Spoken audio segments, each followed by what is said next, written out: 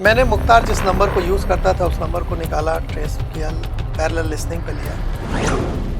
वो एक light machine gun जैसा उसकी बात से पता चला था कि वहाँ से चुरा के भागा है और मुख्तार को बेचना चाह रहा था। इस लाइट मशीन गन को मुख्तार के जाने से पहले, उसके पास जाने से पहले रिकवर किया। मुलायम सिंह कह रहे हैं ठीक है, जो हो गया FIR बदलने की जरूरत नहीं है, लेकिन इन्वेस्टिगेशन में मुख्तार का नाम नहीं लेकर गया। मेरे लिए जैसे एक सामान्य अपराधी वैसे मुख्तार है, मेरे लिए कोई मतलब नहीं। नेताओं के साथ जिनको माफिया कंट्रोल कर रहा है, इनके साथ काम करना मेरे लिए संभव नहीं। तो मैं सुरक्षा से बाहर आ गया। उत्तर प्रदेश ही नहीं, पूरी राजनीति आज के समय में अपने पद से भटकी। नमस्कार, आप देख रहे हैं पॉडकास्ट विश्रुति। आज हमारे साथ एक ऐसा शख्स मौजूद है जो कभी यूपी पुलिस के तेज तर्राक अधिकारियों में गिने जाते थे, जिनका नाम उस वक्त पूरे देश की चर्चा में आया जब उन्होंने माफिया मुख्तार अंसारी पर पोटा लगाया। बहुत विवाद हुआ और उनके ऊपर दबाव भी आया, लेकिन उन्होंने अपने फैसले से पीछे न हटने का फैसला लिया और अब वही पूर्व डीएसपी शैलेंद्र जी एक अनोखी गौशाला चला रहे हैं, जहां बैलों से बिजली बनाई जा रही है। और आज हमारे पॉडकास्ट में शैलेंद्र जी हमारे साथ हैं। बहुत सी बातें हैं सर, आज बहुत बातें होंगी हमारे पॉडकास्ट में। बहुत बहुत स्वागत है आपका। बहुत बहुत धन्यवाद श्रुति जी, और आपके दर्शकों का भी बहुत बहुत धन्यवाद।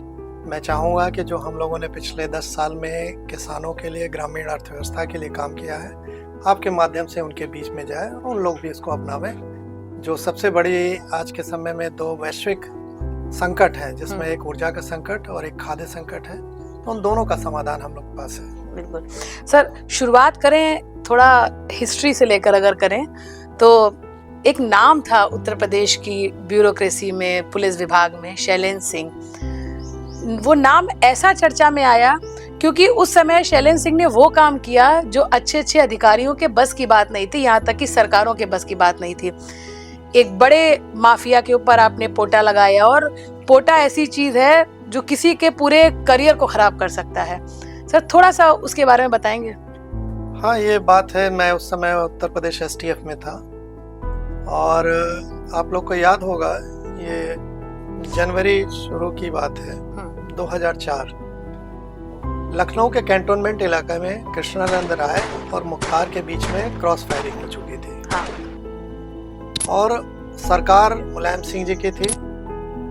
सब लोग, अधिकारी, वरिष्ठ अधिकारी से लेकर सरकार तक, इस बात को लेकर चिंतित हुए कि अगर राजधानी में गैंगवार इस तरह हो रहा है, वो भी कैंटोनमेंट के इलाके में जो सबसे सुरक्षित इलाका है, तो पूरे प्रदेश में क्या हाल होगा। और एक खराब मैसेज गया। तो उस समय एक टीम बनाई गई कि नहीं, इस पे अंकुश लगाना है, और उस टीम में मेरा भी चयन हुआ क्योंकि मैं चंदौली का बेसिकली रहने वाला था। बनारस में मैं ऑलरेडी CO पोस्टेड था।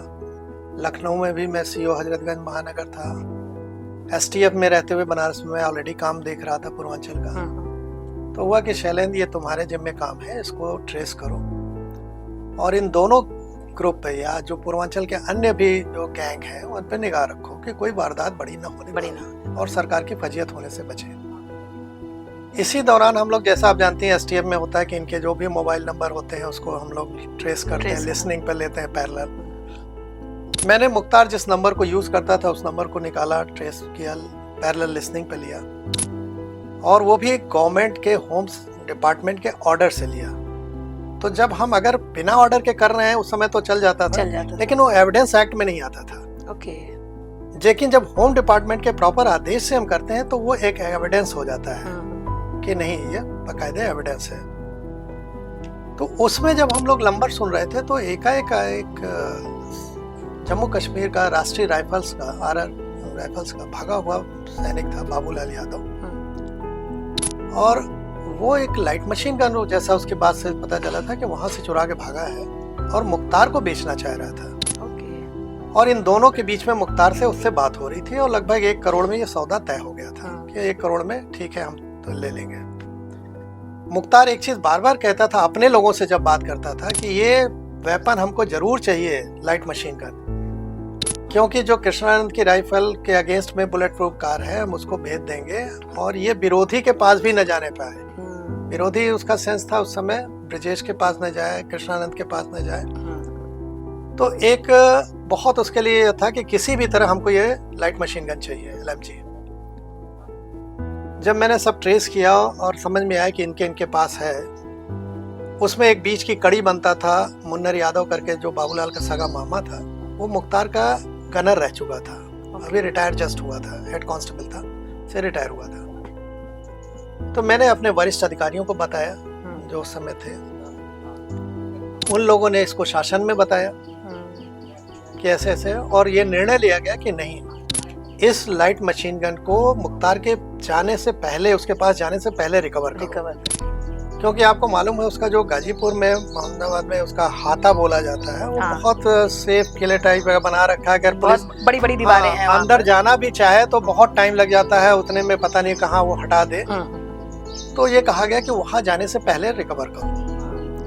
हम लोगों ने अपने टीम एक बनाई, छोटी सी टीम थी, और एक तरह से समझिए कि मुख्तार के नाम पे ही सब लोग डरते थे। दूसरा, लाइट मशीन गन सुन के कि अगर उधर से गोली चली तो हम जो जैकेट पहने बुलेट प्रूफ, ये तो किसी काम ही की नहीं रहेगी। लेकिन फिर भी हमारे अच्छे अधिकारी जिनको हम जानते थे, जो मुझ पर भरोसा करते थे, मैं उन पर करता था, और 6-7 लोगों की एक कोर टीम मैंने निकाली। और उस बाबूलाल को हम लोगों ने ये कह के डील किया कि भैया ने भेजा है, इसको तुरंत चाहिए गन। तो बात करने आ गया हम लोग से, फिर उठाया, तो बाद में पूरी लाइट मशीन गन की रिकवरी हुई। अच्छा, पूरी रिकवरी की आप लोगों ने? पूरी रिकवरी विथ 300-400 कुछ उसके कारतूस थे, वो सब रिकवरी हुई। अब मीडिया, अपने वरिष्ठ अधिकारी को भी बताया मैंने, सब लोगों ने शाबाशी दी कि उत्तर प्रदेश में आज तक एकमात्र लाइट मशीन गन की रिकवरी है। तो दोपहर तक क्या शाम तक हमको बधाइयों का तांता लगा रहा, बहुत बढ़िया काम किया, और सब लोग टीम को आउट ऑफ टर्न प्रमोशन मिलेगा, बहुत खुश है मुलायम सिंह, दुनिया भर की बातें। उसमें मुलायम सिंह की सरकार थी। मुख्तार इस बात से खुश था कि आर्म्स एक्ट लगा है इसमें, तो आर्म्स एक्ट में जिसके पास रिकवरी वो दोषी होगा, बात करने वाला नहीं होगा। ओके। तो वो खुश था कि मैं बच गया। लेकिन ये किसी को पता नहीं था कि उसमें पोटा एग्जिस्ट करता था। उसमें किसी ने सोचा भी नहीं होगा और मैं उसमें पोटा भी लग गया था मेरी तहरीर पे, मैंने ही वादी था उसका। ये बात शाम को मीडिया में आई, जब देखा मैंने ये एंगल मोड 4 बजे प्रेस कॉन्फ्रेंस करके यहाँ लखनऊ में मुख्तार बोल रहा था कि ये तो प्रजेश से माफिया से मिले हुए हैं, उनके जाति के हैं, और ऐसा है, मेरा कोई रोल नहीं है, गलत है ये मेरी जो बातें की जा रही, मैंने कोई बात नहीं की। जब मैंने इसको प्रेस में दिया कि इस पे पोटा लगा है और बात करने वाला भी उतने दोषी होगा। आपको याद होगा तमिलनाडु में लिट्टे से वाइको करके थे मिनिस्टर, पोटा खाली बात करने में उनके करियर बर्बाद हो गया था। अब जैसे इसको पता चला पोटा लगा, इसका तो हाथ पैर फूल गए कि मैं तो फंस गया पूरी तरह। इसने तुरंत मुलायम सिंह पर दबाव बनाया। आपको याद होगा उस समय मुलायम सिंह बीएसपी तोड़ के अल्पमत की सरकार बनाए थे, और ये विधायकों को मैनेज करता था। तो तत्काल अब खेल जो अब तक शाबाशी दे रहे थे, अब हमारे पर प्रेशर आने लगा कि शैलेंद्र इसको यहीं क्लोज करो। तो मैंने कहा सर, सुबह से मीडिया में चल रहा है, नेशनल मीडिया में चल रहा है, पोटा लग चुका है, मैं कैसे क्लोज करूंगा? और मैं तो वादी हूँ, इन्वेस्टिगेशन तो किसी और को करना होगा। बिल्कुल। तो कहे नहीं मुलायम सिंह जी बहुत नाराज हैं, ये वो। तो मैंने कहा कि अगर इतने नाराज हैं तो आप नहीं शायद एक्सप्लेन कर पा रहे हैं, आप नंबर दीजिए, मैं बात कर लूँ, या लखनऊ में आके अपनी स्थिति एक्सप्लेन कर। तो तुरंत उन वरिष्ठ अधिकारियों ने कहा नहीं, तुम्हारा नाम सुनते हैं उन लोग चिढ़ जा रहे हैं वो तो। और कितनी उनकी चिढ़ थी मुलायम सिंह की, कितना वो आक्रोशित थे, आप इससे अंदाज लगाइए कि बनारस जोन के आईजी मिस्टर मनोज कुमार सिंह थे, तत्कालीन डीआईजी शायद सतीश यादव जी थे, लखनऊ में जो हमारे एसएसपी एसटीएफ थे राजकुमार विश्वकर्मा जी, जो इस समय मुख्य सूचना आयुक्त हैं, रातों रात तीनों लोग का ट्रांसफर हुआ और घबरा गए सब लोग। और मुझे ये सलाह दी जाने लगी कि देखो शैलेंद्र, अब तुम्हारा क्या होगा ये तुम अंदाज लगा सकते हो, पीछे हट जाओ। तो मैंने कहा भाई मैं तो जो कर दिया हूँ। फिर इन लोगों ने पता नहीं क्या उधर से बात की और मुझसे कहा गया, मुलायम सिंह कह रहे ठीक है, जो हो गया, एफआईआर बदलने की जरूरत नहीं है, लेकिन इन्वेस्टिगेशन में मुख्तार का नाम नहीं लेगा ये। तो मैंने कहा पूरा डाल चुके हैं। तो मैंने कहा भाई मैं तो पहली लाइन में नाम लिखा हूँ, मैं अपनी ही बात को डिट्टो नहीं करूंगा तो माना जाएगा मैं पैसा लेके या किसी दबाव पीछे हट गया न्यायालय में। तो फिर 24 घंटे के अंदर ही सब होना, और पूरा नेशनल इशू बना हुआ था। तो मैंने कहा ये संभव नहीं है। अब इसी गुस्से में तत्काल बनारस की जो STF यूनिट थी क्लोज करके मुझे लखनऊ बुला लिया गया। कभी हमको समझाने के नाम पे, कभी धमकाने के नाम पे तमाम चीज़ें थी कि परिवार सुरक्षा देखो, ये देखो, नौकरी करनी है। खैर 15 दिन तक चलता रहा ये। लेकिन उस 15 दिन में मैंने फिर अंत में डिसाइड किया कि इन लोगों के बीच में रह के इतना जान पे खेल के हमने काम किया और उसका नतीजा ये है, तो ऐसे सरकारों में काम करने का कोई मतलब नहीं। और फिर मैंने 11 फरवरी 2004 को अपना रेजिग्नेशन दे दिया। ये LMG की रिकवरी थी 24/25 जनवरी की रात की थी। अच्छा। और उसी के 15 दिन बाद दे दिया। तो सर अच्छा, ये बात आप मानते हैं कि अधिकारियों पर इस तरह के जो क्रिमिनल एक्ट में रहते हैं लोग या जो माफिया रहते हैं, उनके ऊपर ये दबाव रहता है और वो दबाव सीधे आता है अधिकारियों के ऊपर? मैं तो उसका जीवंत उदाहरण हूँ ना। इतनी अच्छी सर्विस जो एक यूथ का सपना होता है कि मैं सेलेक्ट हो गया हूँ, तो अब 60 साल तक या जो भी 25, 30, 32 साल है, हमारी एक सेटल लाइफ है। आदमी उस हिसाब से शादी ब्याह करता है, अपना एक सोशल स्टेटस मेंटेन करता है, और उसको अगर छोड़ना मुझे पड़ रहा है, और मैंने रेजिग्नेशन में लिखा इस बात को। अच्छा, ये आपने मेंशन किया? लिखा क्या कि मेरे जैसे ईमानदार अधिकारियों के लिए काम करना संभव नहीं है, जहां माफिया चरित्र के लोग सरकार को निर्देशित करें और सरकार को पीछे से संचालित करें। तो मैं ऐसी सरकार के साथ काम नहीं करना पसंद करूंगा और स्वेच्छा से पद छोड़ के जा रहा हूँ। तो सर, जैसे आप कहना कि थोड़ा पॉलिटिकली दबाव भी आपके ऊपर था, मुख्तार की तरफ से भी कुछ दबाव था? मुख्तार के लोग हमको तमाम समझाने के नाम पे, धमकाने के नाम पे आते थे। जैसे एक व्यक्ति आया मेरे पास, जो उनका मैं जानता था आदमी था, लेकिन हितैषी मेरा बन के आया हुआ था। अच्छा। कहा कि भैया आपका परिवार है, ये है, वो है, क्यों आप इनडायरेक्टली आपको थ्रेट देने की कोशिश। सरकार इसके सामने घुटना टेकती है, आप इसका जलवा देखते हैं, मरवा देता है कितने लोगों को। विश्व हिंदू परिषद के जो कोषाध्यक्ष थे उनको रूंगटा जी गायब हो गए, पैसा भी ले लेंगे, आज तक बॉडी नहीं मिली। और क्या कर ली सरकार, केंद्र से लेकर और यहाँ तक बीजेपी सरकार बनी थी, क्या हो गया उसका? कल्याण सिंह जैसे मुख्यमंत्री रहे, क्या कर लिया उसका? बिल्कुल। तो आप क्यों पंगा ले रहे हो? तो मैंने उसको एक ही चीज कहा, हमने कहा देखो यार, मरना जीना एक दिन है, रोज रोज करके तो मैं मरूंगा नहीं। मैं सिंपल घूमता हूँ, तो मेरे पास जब मरेगा मैं मर जाऊंगा, मतलब गोली चलेगी मर जाऊंगा, कौन सा है। लेकिन मैं बच गया तो इतना तय जाने, मुख्तार फिर जिंदा नहीं बचेगा, ये मेरा गट्स है। ये आपने, मैंने मीडिया में भी बोला। अच्छा, ये मीडिया में बोला। पराड़कर भवन में प्रेस ने सिंपल पूछा ये क्वेश्चन, 70-75 लोग थे कि शैलन जी आपको डर नहीं लग रहा है? यही मेरा भी अगला सवाल था कि आपको डर नहीं लग रहा कि आप खुलेआम बनारस में ऐसे बिना सुरक्षा के घूम रहे हैं? तो मैंने कहा कि डर रहा होता तो मैं आज आपके बीच में नहीं होता। उससे जाके पूछो जो डर रहा है। और इसका एक उदाहरण बताऊं, बड़े मजेदार, हंसी आती है, लोग अब सुनेंगे तो लोग कहेंगे डींग हाँक रहा है। इसके रिकवरी के बाद LMG के भी इसका फोन में लिसनिंग में सुन रहा था, जबकि गवर्नमेंट ने कहा था बंद कर दो, लेकिन हम लोग सुन रहे थे कि पता नहीं रिपरकशन क्या हो, कौन किस पे अटैक करे। इसके सगे भाई ने अपने सगे जीजा को, जो बॉम्बे हाई कोर्ट में वकील था, उसको फोन किया जिस दिन रिकवरी हुई थी, उसके 10 दूसरे दिन कहे भैया भाईजान की जान बचाइए। तो उधर से डांट रहा है इसको कि तुम लोग तो डींग हाँकते थे, हम सरकार चलाते हैं, कंट्रोल करते हैं, और एक डिप्टी SP कंट्रोल में नहीं आ रहा है। तो उसने हमारे नाम पे फिर उसके मुख्तार के भाई ने गाली दी और कहा कि वो सब छोड़िए, बहुत बदमाश है, पहले ही बताइए भाईजान की जान कैसे बचेगी, कोटा से कैसे निकलेंगे। मतलब घबराए थे वो भी। तो उसने क्या कहा कि अच्छा भाईजान से मेरी बात करो। अब अगली लाइन ध्यान दीजिएगा, छूटते इधर से उसका मुख्तार का भाई कह रहा है भाईजान तो इतना डर गए हैं कि एक हफ्ता से मतलब वो फोन को हाथ ही नहीं लगा रहे। हाँ, ये 1 हफ्ता हो गया था, दूसरे दिन नहीं, 1 हफ्ता। ये लाइन उसने बोली कि 1 हफ्ता से फोन को छू नहीं रहे, हाथ नहीं लगा रहे, इतना डर गए हैं। तो आप अंदाज लगा लीजिए कौन डरा था।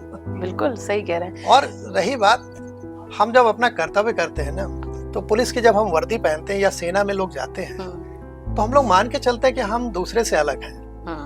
हम जनता के लिए वर्दी पहने हैं और हमको तमाम ऐसे आपराधिक तत्वों से निपटना होगा, ऐसे विपरीत परिस्थितियों में काम करना होगा, परिवार जोखिम में है, सब हम जानते थे। तो उसमें फिर क्या डरना जिसको हम जान रहे हैं। तो जब आपने वर्दी पहनी उसी समय आपने जान गए, खतरों को मोल ले लिया। मेरे पिताजी भी पुलिस में थे, मैं देखा था। हमारे दादा स्वतंत्रता सेनानी थे, मैंने उनको देखा था, नौकरी छोड़ के अंग्रेजों से लड़े थे। 3-3 4-4 बार घर की कुर्की हो चुकी, तो हम लोग के तो खून में ही था वो।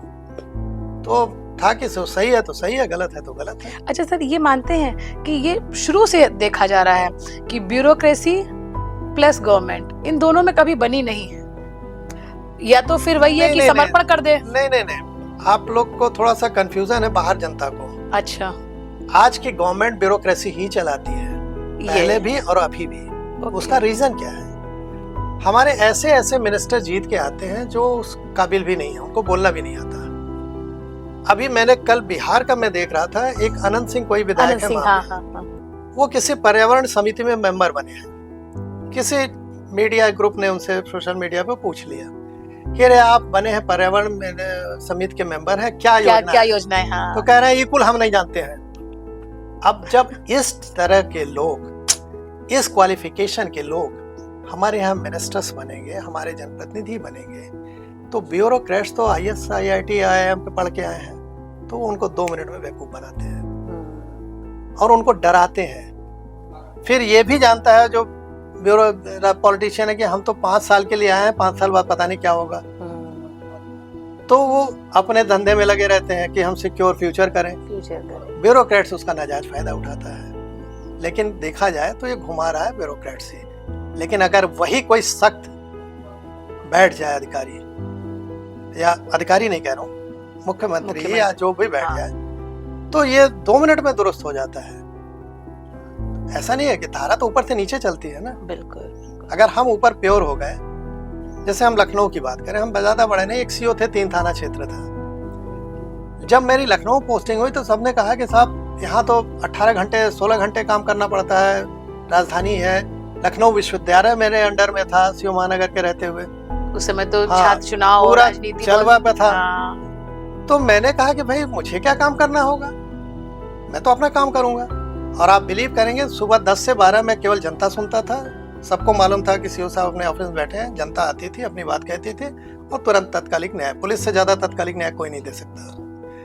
12 से लेकर 2 बजे तक मैं क्राइम रजिस्टर अपने हाथ से लिखता हूँ, जो शायद उत्तर प्रदेश में कोई न पहले डिप्टी SP लिखता था ना अब लिखता होगा, क्योंकि उसमें मुझे एक एक विवेचना का मुझे जीस्ट मालूम होता था, कौन दरोगा क्या कर रहा है, गलत क्या नहीं कर रहा है। फिर 2 बजे लंच के लिए उठता था, खाता पीता था और सोता था आराम से, अपनी टीम को भी। शाम को 6 बजे 5 बजे फिर निकलता था, चौराहे चौराहे चेकिंग, जो चेन स्नैचिंग, छेड़खानियां, गुंडागर्दी होती थी, हर जगह लगी चेकिंग। सबको मालूम था कोई अलर्ट नहीं, सब घटनाएं बंद हो गई। फिर रात 11 बजे मैं निकलता था और हीनियस क्राइम वाले जो कई सालों से वांटेड होते थे, लिस्ट में खुद बनाता था, किसी को बताता नहीं था, और जाता था तो कोई घर के 2 छत्ती में मिलता था, कोई बक्से के अंदर, कोई अलमारी में मिलता था।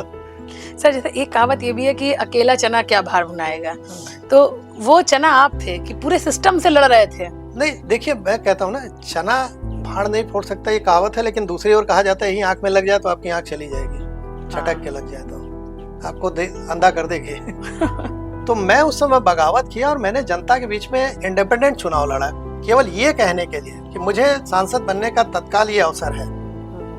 बीजेपी में मुझे प्राइम मिनिस्टर अटल जी बुला के टिकट दे रहे थे, सब लोग जान रहे हैं, लेकिन मैंने रिफ्यूज किया और जनता को ये कहा कि आप अगर मुझे आज जिता के ले जाओगे तो मैं आपके प्रति रिस्पॉन्सिबल हूँ। मैं किसी पार्टी सिस्टम या जिसके तहत जीत के जाऊंगा या माफियाओं के पैसे से जीत के जाऊंगा तो मैं उनके प्रति रिस्पॉन्सिबल हूँ।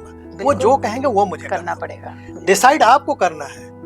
और एक बड़ी फेमस सुनीता एरन जी यहाँ पे हिंदुस्तान में, उन्होंने एक आर्टिकल लिखे थे कि वोटर्स ऑन टेस्ट इन वाराणसी मेरे ऊपर, तो इम्तिहान मेरा नहीं था, जनता का था। सर आप जैसे एक लंबा समय भी आपने दिया है पुलिस विभाग में, क्या मानते हैं बतौर पुलिस अधिकारी आपके लिए सबसे कठिन दौर कौन सा रहा, मेंटली भी, बतौर नौकरी रहते हुए भी, एक अधिकारी के तौर पे भी? देखिए मैं बात बहुत साफ बता दूं, मैं जब अपना काम करता था, जैसे मैं बाराबंकी पोस्टेड था। बाराबंकी आपको मालूम है कि अफीम, मार्फिन, हेरोइन का क्षेत्र है, बहुत ज्यादा अफीम। और मैं जब गया तो मुझे उस समय लखनऊ के आईजी जोन जो थे मिस्टर करमवीर सिंह जी थे, हमारे बनारस में भी आईजी जोन थे। तो उन्होंने जाते कहा कि जितने अफीम बेल्ट हैं 5-6 थाने, शैलेंद्र को एक नई सर्किल बना के दे दी जाए, अच्छा ये कंट्रोल करेगा। कल्याण सिंह जी चीफ मिनिस्टर थे, उन्होंने मेरा ट्रांसफर किया था कि तुम्हें कंट्रोल करना है। मैं जब वहाँ गया तो एक टिकरा उस्मा और टिकरा मुर्तजा करके गांव बड़ा फेमस है, जिसमें एक व्यक्ति ने चर्चा में इसलिए वो गांव आ गया कि उसने हेलीकॉप्टर खरीदने की परमिशन मांग ली। आदमी पढ़ा लिखा नहीं है, हेलीकॉप्टर खरीदने की कैसे ले लिया? नहीं, परमिशन मांगी। परमिशन, हाँ। तो अब पुलिस का दिमाग खराब हुआ है कि भैया ये कौन है गांव में जो हेलीकॉप्टर खरीदना चाहता है। तो जांच की गई, पता चला ये तो पूरा हेरोइन यहाँ बन रही है। वो इसके पीछे कहानी गई तो ओपियम फैक्ट्री गाजीपुर में हुआ करती थी अंग्रेजों के जमाने से। जब हम लोग सर्विस में 2094 में आए तब तक चलती थी, फिर वो बंद हो गई। तो वहां से निकले लोग, तो वो बाराबंकी के थे उसमें कुछ लोग, वो आके यहाँ हेरोइन बनाने लगे।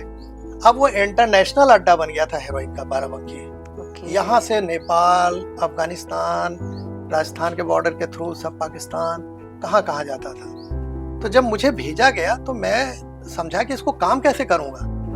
तो आप सोचिए कि उनके घर में जब रेड डालते थे तो महिलाएं उनको पता नहीं कहाँ से किराए के लाके सब रखे रहते थे, खड़ी हो जाती हाँ, खड़ी हो जाती थी। कोई बुढ़िया है तो बेहोश हो गई, कोई कपड़े फाड़ने लगे कि पुलिस पर ब्लेम लग जाए, पुलिस पे, और लोग रिकॉर्डिंग शुरू कर देते थे। तो मैंने कुछ नहीं बोला। मैं 1 साल तक सबका रिकॉर्ड करता रहा कि किसने कितनी संपत्ति बनाई है पिछले 5 से 10 साल में। पढ़े लिखे थे नहीं, बेवकूफ, पैसा आया, कोई एक साथ 100 एकड़ खरीदा, किसी ने 20 ट्रक खरीदा, किसी ने हेलीकॉप्टर परमिशन मांगा, बेअंदाज, मतलब कि कौन हमको पूछेगा, और नाम में किसानी है वो। हाँ। और जब सबका रिकॉर्ड इकट्ठा कर लिया तो मैंने पिट NDPS एक्ट होता है एक, जिसमें आपको मांगा जाता है कि 5-10 साल में आपने जो ये अर्न किया है इसका हिसाब दीजिए, और नहीं आप देते हैं तो जब्त कर ली जाती है। तो जैसे ही मैंने वहाँ एक भी पिट NDPS इसके पहले नहीं लगा था, मैं 52 पिट NDPS एक्ट एक साथ बनाया। और मैंने जैसे ही नोटिस भेजी तो सब घबराए और ये भाग के अपने लखनऊ वकीलों के पास आए। वकीलों ने कहा पहले तो सब लोग भाग जाओ छोड़ के बाराबंकी। ये तत्काल वहां से भाग गए सब, पूरा धंधा बंद हो गया। और कहते हैं ना कि कानून की पकड़ होनी चाहिए। बिल्कुल। केवल एक नोटिस से मेरा सब वहां धंधा बंद हो गया। और एक उसमें भी अकील और भूरे, आज तक नाम मुझे याद है, 12 kg हेरोइन में वांटेड था पिछले 10 साल से। मुझे बताया गया, मेरे वहाँ इन्फॉर्मर बन गए थे, विश्वास करते थे ईमानदार अधिकारी हैं, मुझे बताया कि सर फ्राइडे का नमाज है, फलाने मस्जिद में गया है नमाज पढ़ने। मैंने तत्काल नमाज मस्जिद घेर ली, महिलाएं लेके ईटा पत्थर खड़ी कि हमारे मस्जिद पे कैसे आ गए रेड डालने। मैंने कहा मैं कोई रेड नहीं डाल रहा हूँ, मैं यहाँ गेट पे खड़ा हूँ, एक एक करके निकलते जाए, मैं सबको देखता जाऊंगा। मुझे ये पता था, मेरा एक सिपाही भी मिला हुआ उससे, उसको भी खड़ा कर लिया मैंने पहचानने के लिए। हमने कहा पहचानो वकील कौन है। पूरा सब निकल गया, कैसा वकील तो है ही नहीं है। अब मौलवी साहब आए, ताला बंद करके वो चले गए। अब पूरे मेरे साथ असमंजस, और मुझे फुल कॉन्फिडेंस था कि है तो अंदर। फिर मैंने वापस मौलवी साहब को बुलवाया, हमने कहा खोलिए ताला। ये मेरा सिपाही है, मुस्लिम है, टोपी बेल्ट उतार रहा है, होता है कि पुलिस नहीं है, उतार दिया।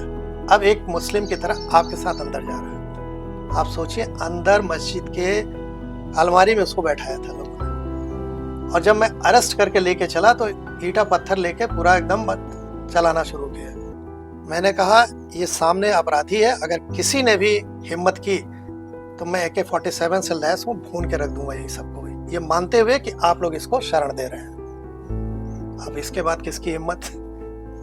मतलब ये यूनिक केस था जिसके लिए पूरा नारकोटिक्स डिपार्टमेंट, सेंट्रल गवर्नमेंट से लेके और यूपी गवर्नमेंट तक उसको रिकवरी नहीं। तो आदमी अगर ईमानदार है, करने पे आए ना, तो सब कुछ। और आपने जो क्वेश्चन किया कि आपको किसमें सबसे, मुझे कभी किसी अधिकारी से पूछना नहीं पड़ता था।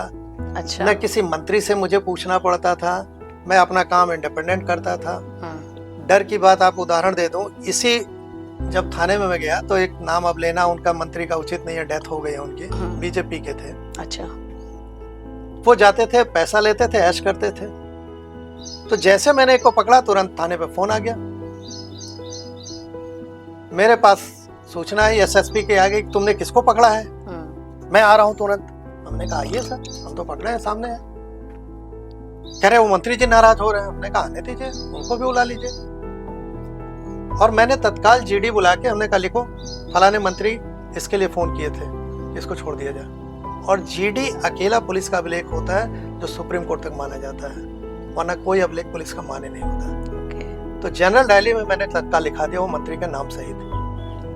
उनके जानने वाले थे ही पुलिस में, तुरंत फोन किया कि सर आप तो फंस गए, आपकी मंत्री पद चली जाएगी।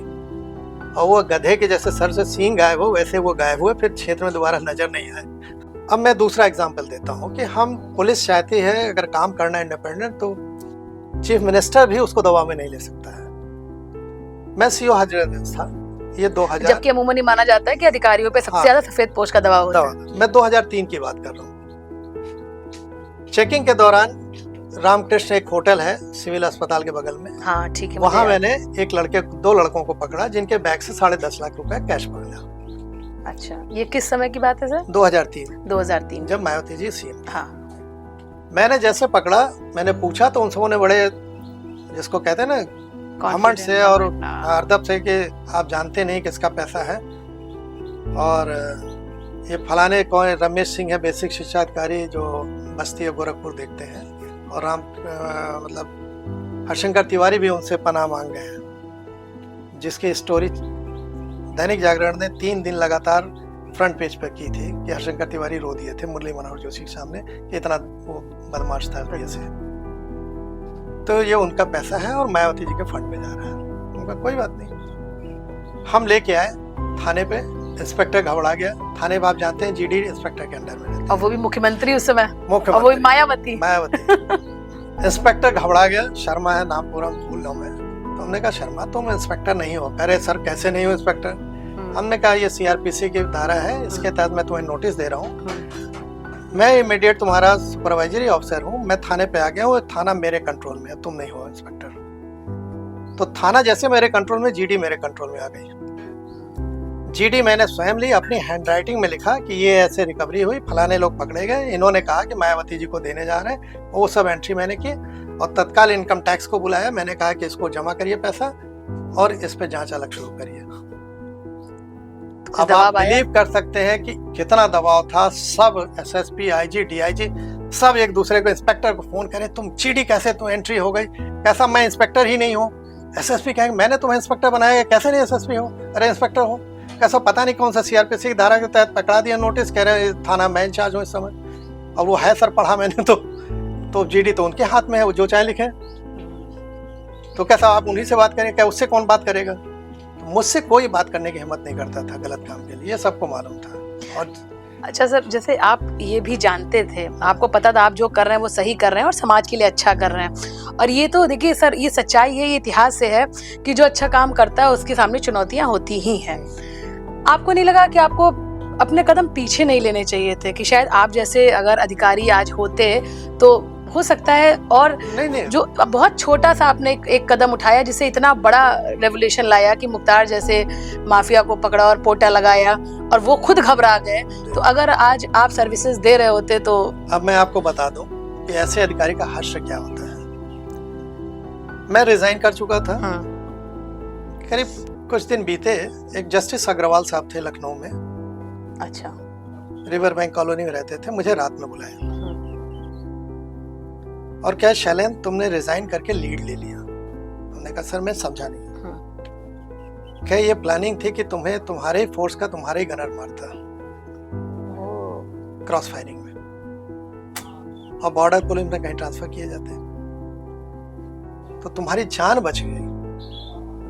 बाद में उन जस्टिस का ट्रांसफर झारखंड हुआ था, रांची हाई कोर्ट, उन्होंने रिजाइन कर दिया था, ज्वाइन नहीं किया, तो बड़े प्रिंसिपल वाले आदमी। तो क्या सर नौकरी छोड़ने के बाद कुछ थ्रेट? तो मैं आपको बताऊं कि हमारे जैसे अधिकारी, या आपने बहुत से ऐसे अधिकारी मारते हुए देखे होंगे, जैसे सत्येंद्र दुबे जैसे एक था जो एनएचआई में, एनएचआई वाले, हाँ, ऐसे बहुत से अधिकारी हैं जो मार दिए गए, क्योंकि इनको ऐसे अधिकारी चाहिए ही नहीं। तो मैं तो सिस्टम को जरूरत मैं तो ये समझ के नहीं रिजाइन किया था, मैं तो एक जवाब देने के लिए कि तुम्हारे फील्ड में आके तुमको जवाब दूंगा। इलेक्शन लड़ा, सब कुछ किया और अच्छे से जवाब दिया। लेकिन ये ऊपर वाले का वरदहस्त ही है, ऊपर वाले की कृपा है कि आज मैं जिंदा हूँ और एक बहुत उससे अच्छा काम कर रहा हूँ, जिससे हमारे ग्रामीण अर्थव्यवस्था, किसानों, सबका भला हो रहा। और वर्ल्ड की सबसे बड़ी जो समस्या दो है, एनर्जी क्राइसिस, फूड क्राइसिस, उस पर काम कर रहा हूँ। एक सफल मॉडल तैयार किया है। अच्छा सर, जैसे ये तो आपने मुख्तार का तो बहुत छोटा उदाहरण दिया, बड़े बड़े नाम हैं, ब्रजेश सिंह की बात करें, धनंजय सिंह की बात करें, इन सब से भी आपने लोहा लिया। हाँ, आपको पता है बाराबंकी में जब मैं पोस्टेड था तो वहां पे कोयले की रैक उतरती थी, अच्छा। और हाई कोर्ट ने बार बार आदेश दिया था, वहां पे बगल में ही जेल था, उसकी राख उड़ती थी, वहां के कॉलोनी के लोग थे, सबका स्वास्थ्य प्रभावित हो रहा था, सांस में फेफड़ों में जा रहा था कोयले की राख। बहुत नुकसान भी देती। तो ये हुआ था कि इसको बंद करा के कहीं बाहर इस रैक को ट्रांसफर किया जाए, लेकिन हिम्मत किसी की नहीं हो रही थी। कारण कि वहां मुख्तार पैसा लेता था, धनंजय, उसके बाद धनंजय उस जेल में जब बाराबंकी बंद हुआ तो मुख्तार को उसने हटा के अपना पैसा लेने लगा। उन दोनों की लड़ाई हुई, फिर धनंजय को भी पैसा या दोनों को जाता रहा, इस तरह से था। एक दिन मैं बैठा था, सीओ सिटी था, आरपीएफ का सब इंस्पेक्टर था, रोते हुए मेरे पास आया कि सर मैं अब वर्दी आज इस्तीफा दे रहा हूँ। उनके बाद क्या सर, आज माफियाओं के गुर्गों ने मेरा कॉलर पकड़ लिया। मैंने रोका उनको कि यहाँ से क्यों कर रहे हो, तो कॉलर मेरा पकड़ लिया गया और मैं इलाहाबाद यूनिवर्सिटी में आपका जूनियर रहा हूँ, मैं रिजाइन करके जाना चाह रहा हूँ। हमने कहा घबराओ मत। मैं तुरंत गाड़ी में बैठा, उसको बैठाया, मैं पहुंचा वहाँ। खैर मेरे पहुंचते सब भाग गए लोग। 36 कोयले के ट्रक वहां पे खड़ी रही, उनको ले जाके पुलिस लाइन में मैंने महीनों सब सीज कर दिया। वो कोयला आती थी भट्ठे पे चली जाती थी, जबकि वो कोयला आती थी एनवायरनमेंट बचाने के लिए, हार्ड कोक से सॉफ्ट कोक बनाने की इंडस्ट्री के लिए। ओह, कि मतलब ताकि कोल्ड ड्रिंक्स तैयार होती थी। वो कोयला भट्ठे के लिए नहीं होती थी। हाँ। इंडस्ट्री डिपार्टमेंट को गवर्नमेंट सब्सिडी देती थी कि आप यूनिट लगाइए, इसको सॉफ्ट कोक बनाइए, उससे इसको घर में यूज करें जिससे कि पोल्यूशन ना हो। लेकिन सब वो पेपर में बनता था। फिर मैंने पूरी जांच की, 3 GM DIC सस्पेंड हुए। उसमें पता चला जेल से ये पैसा लेता था धनंजय का मैंने ट्रांसफर वहां से पूरा फतेहगढ़ जेल कराया। पूरा जब ले जाने लगे वहां से फतेहगढ़ जेल, तो बॉर्डर पे, लखनऊ के बॉर्डर पे हमारी चौकी थी, मोहम्मदपुर या कुछ है करके ऐसी चौकी थी जो लखनऊ बॉर्डर पे होती थी। अच्छा। बीबीडी बॉर्डर वाली चौकी ना, नाम भूलना बहुत दिन हो गया। मोहम्मदपुर चौकी कुछ ऐसे था। मैंने वहां बैरियर लगा के इसकी सब काफिले गाड़ी रुकवा दी और रूट बदलवा दिया। जो मेरा सब इंस्पेक्टर आरवी सिंह लेके जा रहा था, उसने मुझे फोन किया कि सर ये तो बड़े नाम इनके सुने हैं, बड़े बड़े माफिया हैं, ये पैर पकड़ के रो रहे हैं मेरा कि शैलेंद्र सिंह मुझे मरवा देंगे, जैसे बीरेंद्र सिंह टाटा को मरवा दिया गया था आजमगढ़ से, कहाँ इलाहाबाद हाईकोर्ट ले जा रहे थे। तो कैसे, अब ये तो बड़े बड़े नाम सुने, ये तो पैर पकड़ के रो रहे हैं। अरे तो आप सोच लो कि ये माफियाओं की क्या हैसियत है। अगर गवर्नमेंट चाह ले तो 2 मिनट में ये सब नस्तनाबूद। हाँ, इतना जरूर मैं कहूँगा कि जब हम काम करें तो किसी जाति विशेष, धर्म विशेष को टारगेट नहीं करना चाहिए। मैं बार बार कहता हूँ कि ये अपराधी, इनका कोई चरित्र नहीं, ना कोई जाति है, ना ये समाज सेवक है। ये 100% आपका पैसा लूट के 10% दान करके दानदाता भी बनेंगे। ये सब आजकल ये करते हैं, नया धंधा इन सबों का शुरू हो गया। कोई किसी मठ को ले लिया कि हम बनाएंगे ट्रस्ट है, मठ कोई है। किसी को ले लिया कि हम समाज सेवा, फलाने सेना बनाए, समाज सेवा कर रहे हैं। ये सब दिखावा है, उसी के नाम पे और माफियागिरी चल जनता रही का है। ही लूट रहे हैं सब, और 10% खर्च करके मसीहा बन रहे हैं। तो गवर्नमेंट आवे तो 2 मिनट में ठिकाने लगा दे। ये राजा भैया इतना बड़ा नाम वाला आ जाता है। ये मायावती थी MCO अजयगंज से, क्या हालत इनका कर दिया गया था। कहाँ चले गए थे माफिया। सही बात है। और उसी मुख्तार के साथ तुमने बैठ के, मुलायम सिंह के अगल बगल बैठ के, तुमने, तुम्हारे बाप के खिलाफ उसने लगाया AK-56 मुख्तार ने दिया, और तुम इतने गिरे हुए कि उसके साथ जाके बैठ गए तुम मुलायम के बगल में। किस बात के तुम माफिया हो? तो इन सबों का कोई चरित्र नहीं है, नहीं सब कुछ है। अच्छा, ये भी जब कहा जा रहा था कि जिस समय लास्ट जो मुख्तार का जब एनकाउंटर, उससे पहले का उन्होंने, मुख्तार ने भी बोला कि मुझे मार दिया जाएगा, घबराहट थी। जो बात आप बोल रहे हैं वो मतलब उस समय भी थी। देखिए, मैं कह रहा ना, इनका दिल बहुत छोटा होता है।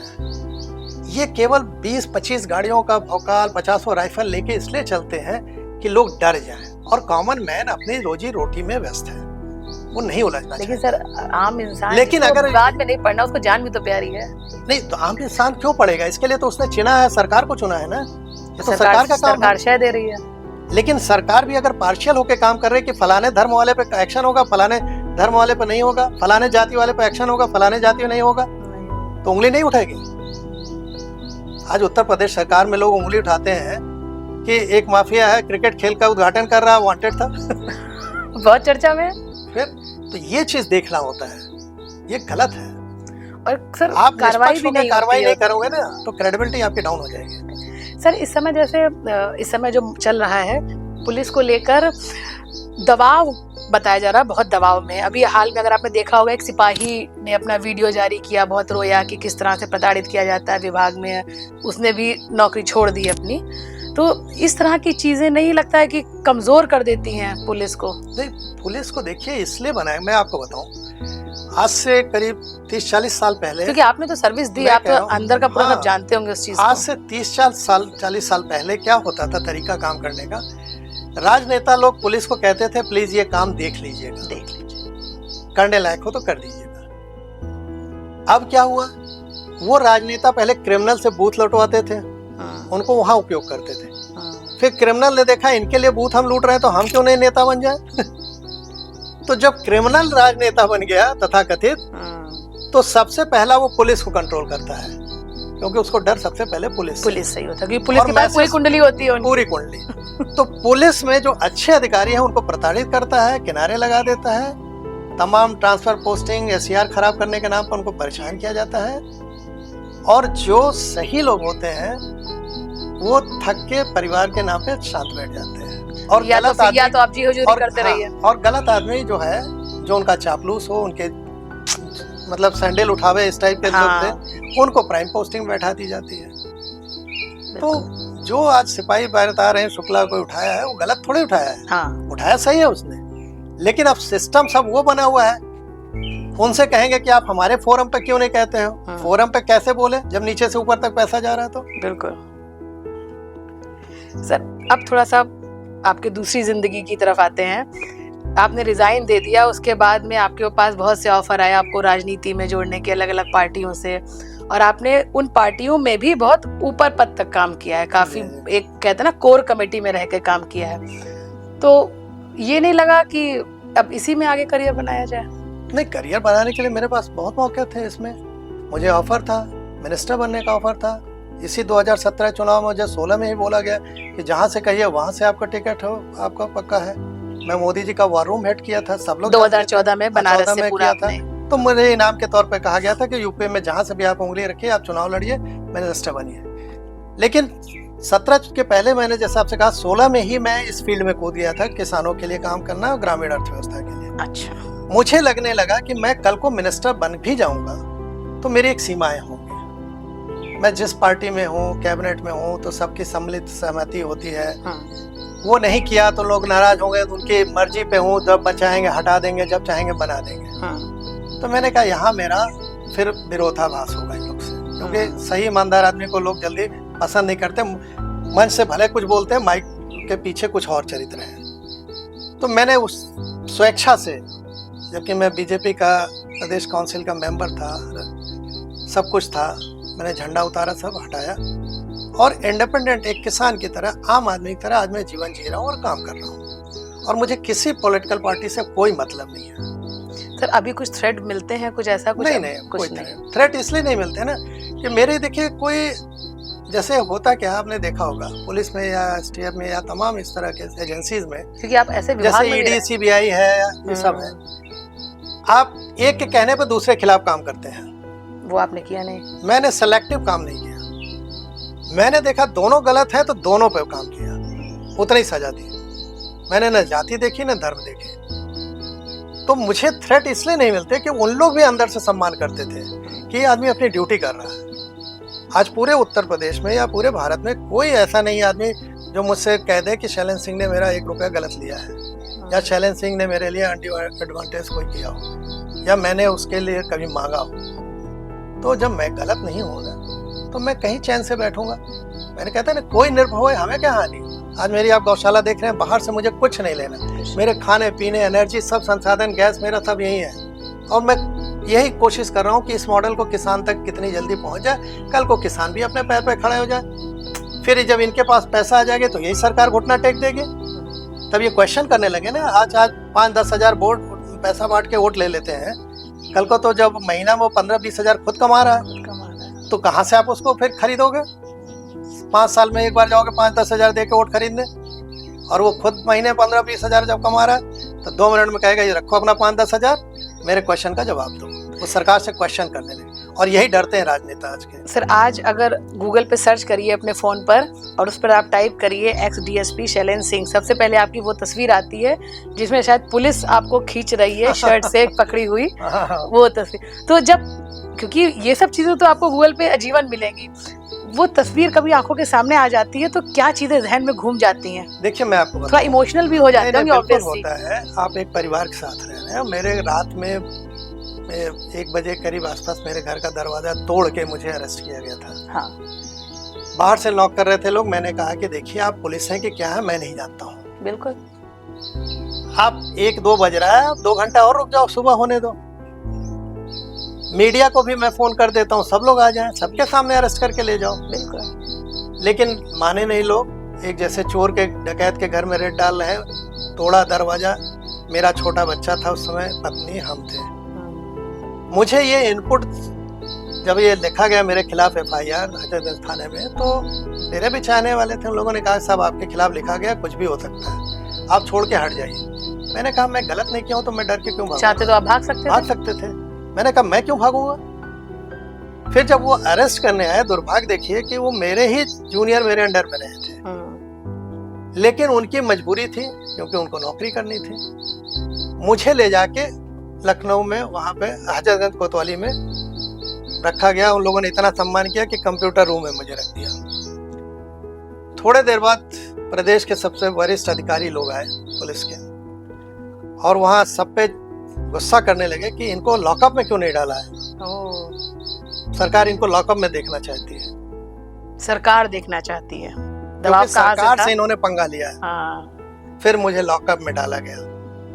आपको बिलीव नहीं होगा, 1 घंटे बाद जो लॉकर का संतरी मतलब पहरे था, सिपाही जो बंदूक लेके ड्यूटी दे रहा था, वो पागल हो गया।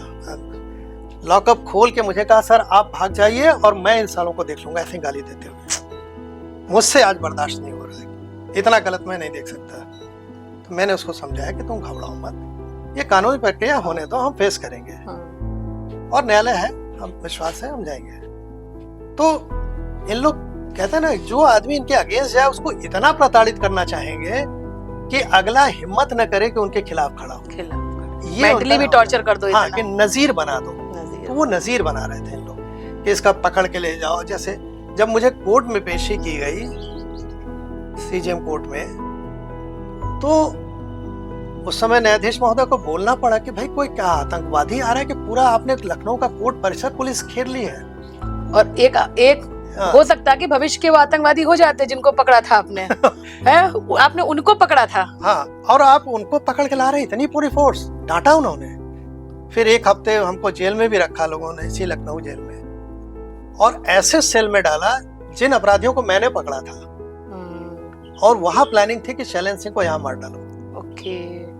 फिर वहां मुझे उन सबों ने बताया कि सर हम आप लोग के अगेंस्ट नहीं है, आप ईमानदार आदमी हो। फिर वो सब मेरे सेवा करते रहे, आप बिलीव नहीं करेंगे। तो कितना समय? 1 हफ्ता रहा मैं। फिर कोर्ट ने स्ट्रक्चर गवर्नमेंट के खिलाफ पास किया। फिर गवर्नमेंट को जवाब सवाल किया कि आप लोग अन्याय के इंतहा कर दिए हैं कि एक ऐसे आदमी हो, मेरे ऊपर गैंगस्टर लगा रहे थे। मीडिया ने दौड़ा लिया एडीजी लॉ एंड ऑर्डर को। क्या आप लोगों को शर्म नहीं आ रही कि उस पुलिस अधिकारी पे आप गैंगस्टर लगा रहे हो, शटर कटर गिरोह के साथ में? तो कहने का मतलब ये है कि जब आप किसी गवर्नमेंट से आप बात उसके खिलाफ उठाते हैं या उससे क्वेश्चन करते हैं, गलत कर रही है तो।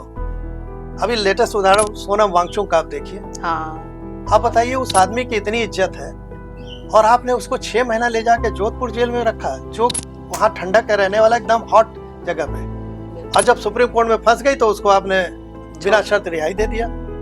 उन्होंने भी हाल में अपना वीडियो तो अगर ये गवर्नमेंट देख रही है और आपके माध्यम से मेरी ये बात सुन रही है, तो गवर्नमेंट को ये समझना चाहिए कि जनता इस आक्रोश को भले नहीं कर रही है, लेकिन कहीं ना कहीं से ये आक्रोश उसके अंदर बैठ रहा है और ये इनको अपना रवैया बदलना चाहिए, जवाब देना चाहिए लोगों को। ये नहीं कि आप किसी को दबा देंगे, कल को दबा रहे हैं, सबके अंदर बैठ रहा है। एक दिन अभी कई जगह मैंने देखा, इस चिलचिलाती गर्मी में 45, 6, 7 टेम्परेचर में आप घंटों जनता को रोड पर रोक दिए हैं कि मिनिस्टर की कार वहां जा रहा है। बहुत सर, और लोगों ने कहीं हॉर्न बजा के करके, कहीं ईंटें पत्थर चला के मारा दौड़ाया। तो जनता को अपने ऐसा मत करो, इतना मत क्रश करो कि कल वो आपके खिलाफ खड़ी हो जाए और फिर यही नेता मंत्री भागते जगह नहीं मिलेंगे इन लोगों को। सर, अभी हमने शैलेंद्र सिंह एक पूर्व पुलिस अधिकारी से बात की, उसके बाद एक राजनेता से, अभी शैलेंद्र सिंह किसान, ठीक है। तो जानना चाहेंगे कैसे आपके मन में ये आया कि आप उस चीज की तरफ आगे बढ़े हैं जिसको शायद आजकल मशीनों के सहारे पर ही छोड़ दिया गया है, किसानी।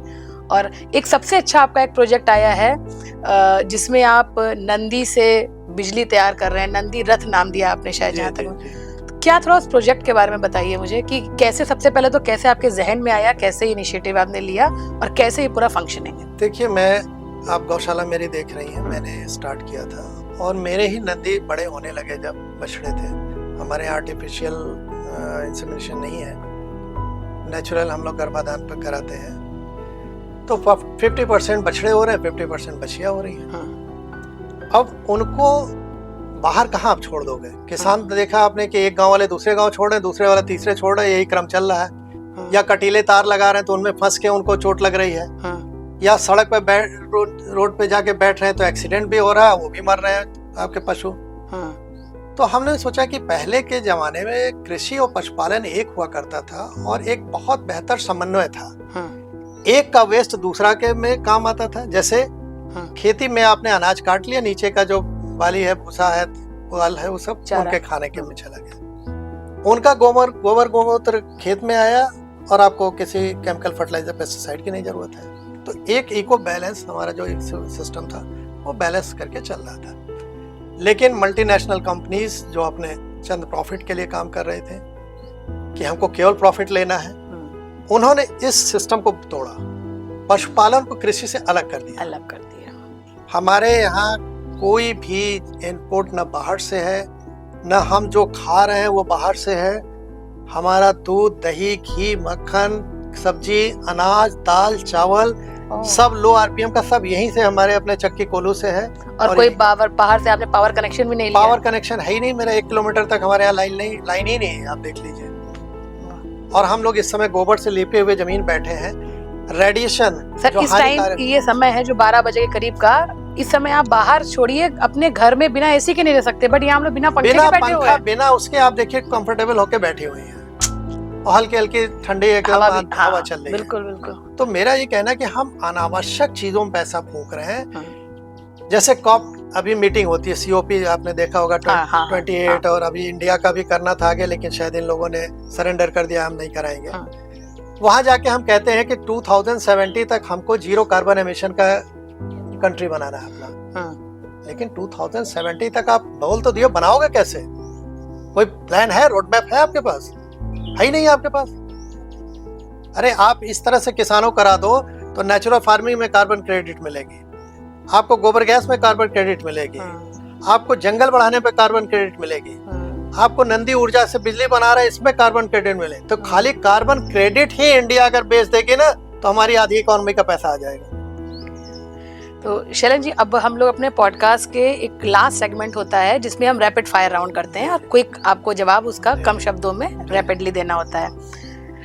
अगर शैलेंद्र जी की जिंदगी पर कोई फिल्म बने तो क्या होगी, क्या नाम होगा उसका? क्योंकि आपने एक ही जिंदगी को नहीं जिया है। बिल्कुल सही कह रहे हैं। मैं केवल एक आम आदमी का संघर्ष, और ऐसा संघर्ष जो केवल सिस्टम में विद्रोह नहीं करता है बल्कि उसको एक पॉजिटिव दिशा में लेके जाता है। विद्रोह तो हो गया, आपने लड़ाई ली, शेर से लड़े, मार के खा गया शेर, खत्म कहानी। मैं उसको एंड नहीं मानता था। अच्छा, मैंने विद्रोह किया, बाहर आया, किसी के साथ नहीं सम्मिलित हुआ, इंडिपेंडेंट सब काम करता रहा और उसको उस दिशा में लेके आज पहुंचा हूं जहां से सबका भला है। सर, अच्छा, मैं तो अगर मुझे कोई बोला जाए कि आपके ऊपर कोई फिल्म का बताएं तो एक थी रील धुरंधर थी ना, रील दबंग थी, लेकिन मैं ये कहूंगी कि रियल दबंग। तो सर, अगर एक शब्द में पूछें तो बताइए, वर्दी की ताकत या गांव की शांति? गांव की शांति। गांव की शांति। ज्यादातर एनकाउंटर फेक या रियल? ज्यादातर देखिए, मैं कहूंगा कि इन लोग पकड़ के होता है। पकड़ के इसलिए होता है कि रियल एनकाउंटर बताया ना कि जब मुझे रियल एनकाउंटर एलएमजी पकड़ना था तो भाग गई थी। तो ये सब मैनेज होता है। खैर, उस पर हमें ज्यादा नहीं बोलना है। लेकिन जब आप सही काम करते हैं तो इसकी नौबत ही नहीं आती है। मुख्तार अंसारी का नाम सुनते ही सबसे पहला शब्द जो जहन में आता हो? मेरे लिए जैसे एक सामान्य अपराधी वैसे मुख्तार था, मेरे लिए कोई मतलब नहीं था उसका। सिस्टम का सबसे बड़ा डर, राजनीति, पैसा या दबाव? देखिए, राजनीति आज ऐसी चीज है जो सबको कंट्रोल करती है, आपके जन्म लेने से मरने तक। आपने अपना टैक्स का पैसा दे रखा, उसका मालिक किसको बनाया आपने? अपने चुने हुए प्रतिनिधियों को, सरकार को। तो आप राजनीति को हल्के में मत लीजिए। राजनीति देश को चलाने की नीति होती थी। आज राजनीति का मतलब गाली हो गई। क्या भैया आपने मेरे साथ राजनीति कर दी, यानी नेगेटिव सेंस में लेते हैं। तो राजनीति बहुत बड़ी चीज है, पावरफुल चीज है, लेकिन जब उसको सही ढंग से किया जाए। पुलिस की नौकरी का सबसे बड़ा चैलेंज? नहीं, पुलिस की नौकरी में देखिए जो सबसे बड़ा चैलेंज तो मुख्तार का ही था, एक क्योंकि इतना बड़ा नाम था, सब लोग घबरा रहे थे, तो ये था। लेकिन मेरे जब मैं पोस्टिंग में था तो तमाम इस तरह के चैलेंज आते रहते थे। तो सर, जब कभी आपको अपनी जान का खतरा महसूस हुआ, उस समय आपको मोटिवेट करने वाली एक चीज?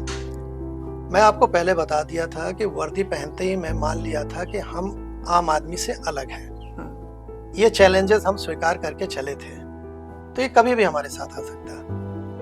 तो मुझे इससे कोई फर्क नहीं पड़ता था। मैं अपनी आम जैसे एक जीवन होता वैसे जीता था। उस समय भी जब मैं रिजाइन किया, तमाम हमारे वेल विशर्स डॉक्टर्स को लाके मेरा बीपी चेक करावे, कोई कुछ चेक करावे, ब्लड चेक करावे, सब नॉर्मल। क्या तुम्हें कोई फर्क ही नहीं पड़ रहा है? फिर पूरा डॉक्टरों का पैनल बैठा, उन्होंने ये राय दिया कि शैलेंद्र सिंह इस समय इतने शौक में है कि इनको कुछ फर्क ही नहीं पड़ा, शौक में चले गए। आप इनको एक हफ्ता भेज दीजिए बिना मोबाइल वोबाइल सब लेके कहीं बाहर। एक हफ्ता मुझे दतिया भेज दिया गया हमारे वेल विशर द्वारा, सब मोबाइल वोबाइल लेके। एक हफ्ते बाद आके फिर मेरा सब चेक कराया, फिर नॉर्मल वैसे। तब मैंने कहा कि देखिए, मैं जो काम करता हूँ सोच समझ के करता हूँ, उसके पीछे रीजन है। मुझे लगा कि जहां मैं पुलिस की सर्विस दे रहा था, अब इन नेताओं के साथ जिनको माफिया कंट्रोल कर रहा है, इनके साथ काम करना मेरे लिए संभव नहीं था। तो मैं सुरक्षा से बाहर आ गया और उस फील्ड को चुना जो जनता कहते कि हमारे प्रतिनिधि हैं, और वो भी हम पार्टी से नहीं गए, इंडिपेंडेंट गए चुनाव लड़े। सर, पुलिस की नौकरी छोड़ने पर सुकून ज्यादा या दबाव ज्यादा? निश्चित है सुकून ज्यादा था। सुकून ज्यादा है। आज की अगर इस समय मौजूदा समय में उत्तर प्रदेश की राजनीति को आपको एक शब्द में डिफाइन करना है तो क्या कहेंगे? उत्तर प्रदेश ही नहीं, पूरी राजनीति आज के समय में अपने पद से भटकी हुई है। सर, आज के नेताओं में सबसे बड़ी कमी क्या दिखती है आपको? नेता अब वो है ही नहीं है, ये मैनेजर हो गए हैं। नेता वो होता है जो लीग से हट के चलता है, लीड करता है। तो मैं इनको नेता आज के लोगों को नहीं मानता हूँ, ये केवल मैनेजर के रूप में बैठा दिए गए, मैनेज कर रहे हैं। सर, आज के समय या नॉर्मल भी क्या मानते हैं, समझदार ज्यादा कौन है, बैल और गाय या इंसान, चूंकि आप उनसे बहुत करीबी जुड़े हैं, या हम इंसान? हम इंसान अगर समझदार होते तो हमारे ये एनवायरनमेंट का ये दुर्दशा नहीं होती। आज भी पशु जो हैं आपसे ज्यादा समझदार हैं, प्रकृति के साथ अपने को ज्यादा तालमेल बैठा के चल रहे हैं। एक बार वो बीमार होते हैं तो खाना नहीं खाते हैं, अपने को दुरुस्त कर लेते हैं, घास पहचान लेते हैं। गाय को मालूम है कि मुझे क्या खाना क्या नहीं खाना है, लेकिन हम लोगों को मालूम नहीं कि हमें क्या खाना क्या नहीं खाना। आज बच्चे हमारा पिज्जा बर्गर वो चीजें फास्ट फूड और पैकेज फूड के पीछे भाग रहे हैं जो मल्टीनेशनल कंपनी प्रचार के माध्यम से हमारे दिमाग को कंट्रोल कर रही हैं। तो हम समझदार हैं कि वो पशु समझदार है। सर, गौशाला ज्यादा चलाना मुश्किल था है या थाना ज्यादा चलाना मुश्किल था? नहीं, थाना तो देखिए आपके पास संसाधन दे दिए गए, बहुत आराम से चलता था। वहाँ पेड लोग हैं, सब आपके आदेश पे काम कर रहे हैं, ये ज्यादा मुश्किल है। सर, एक चीज जो सिस्टम में आप चाहते हैं कि तुरंत मतलब विद इन मंथ या विद इन वीक चेंज होनी चाहिए सिस्टम में? देखिए, सिस्टम में सबसे ज्यादा जो पब्लिक ग्रीवेंसेस सिस्टम है उसको ठीक करना चाहिए। क्यों?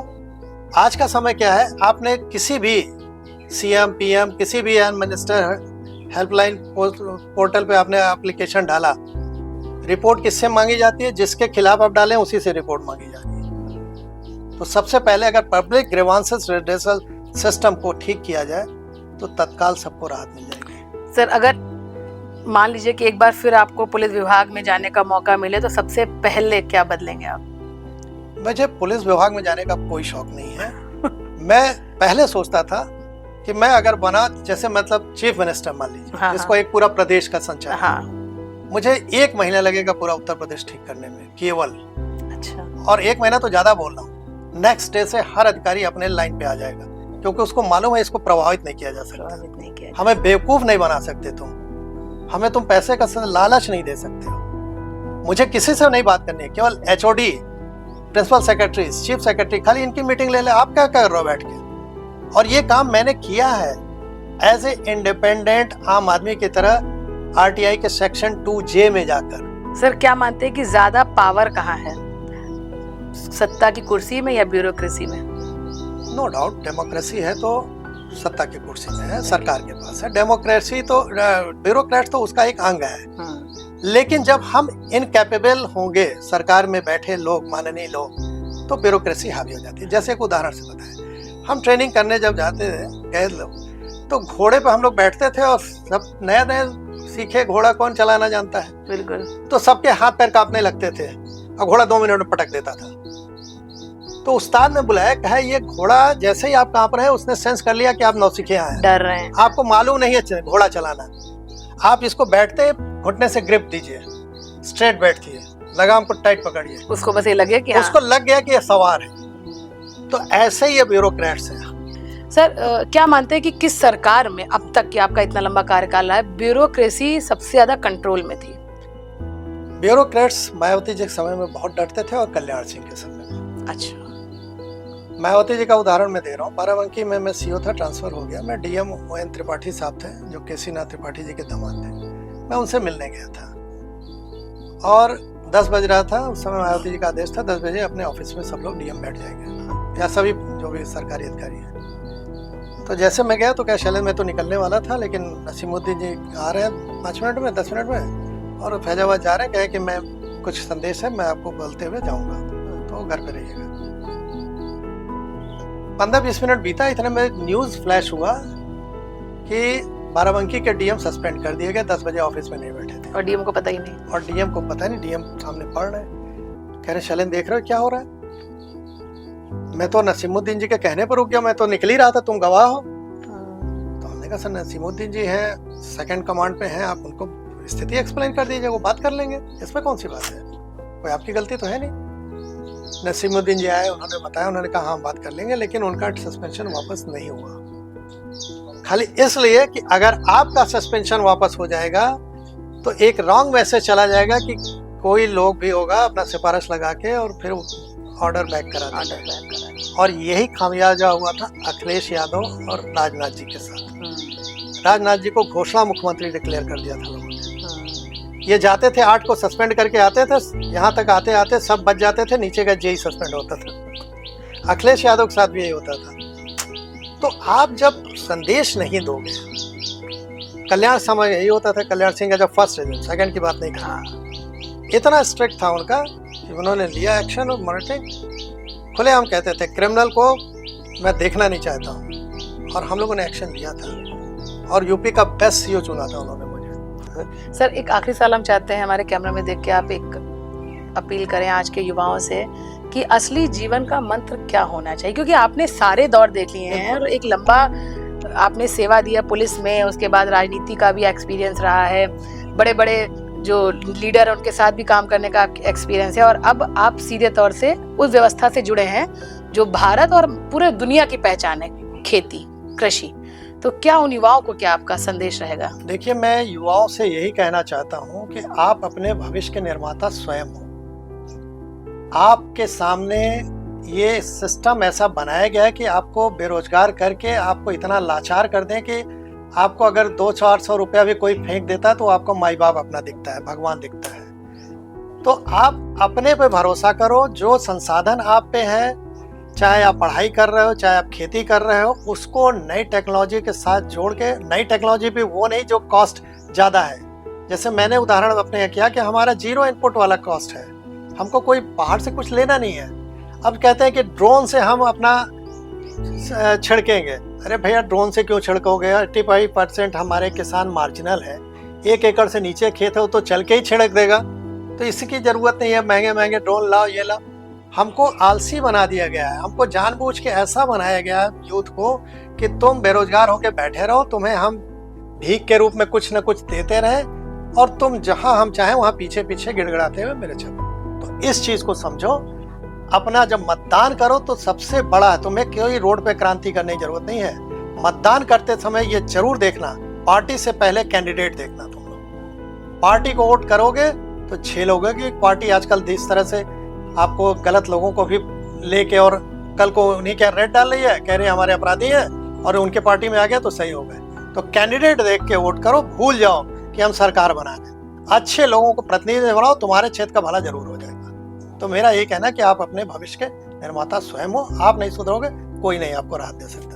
हमसे बात करने के लिए बहुत बहुत धन्यवाद। तो हमारे साथ थे शैलेंद्र सिंह जी, जिन्होंने कभी सिस्टम में रहकर सिस्टम के खिलाफ ही आवाज उठाई, लेकिन आज वो एक नई दिशा की तरफ चले हुए हैं, और वो दिशा जो भारत को विश्व गुरु बनाने के लिए एक मजबूत पहल है। लेकिन जरूरत यह है कि इस दिशा को और उनकी इस सोच को आगे बढ़ाया जाए, जिसके लिए सबसे बड़ी जिम्मेदारी मौजूदा सरकारों की है।